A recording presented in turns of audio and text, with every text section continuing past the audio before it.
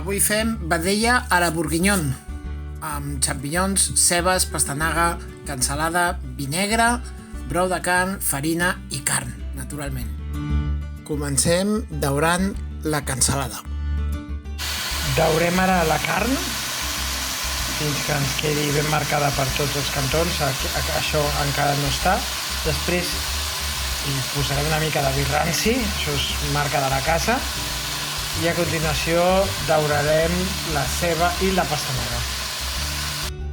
A continuació retirem la carn i afegim la ceba i la pastanaga i ho daurem per uns 5 minuts.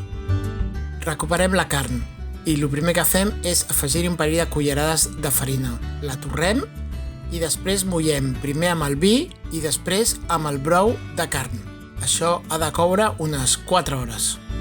Ara estem reserant per afegir-hi els xampinyons que ara saltejarem i aquestes escalunyes que estem bullint amb brou de carn, perquè ahir se'ns va oblidar de posar-les en la darrera mitja hora, 3/4 de cocció. L'ideal serien les cebetes del platillo, aquelles rodones petites, però no en teníem, així que ara les courem i les afegirem a l'estofat.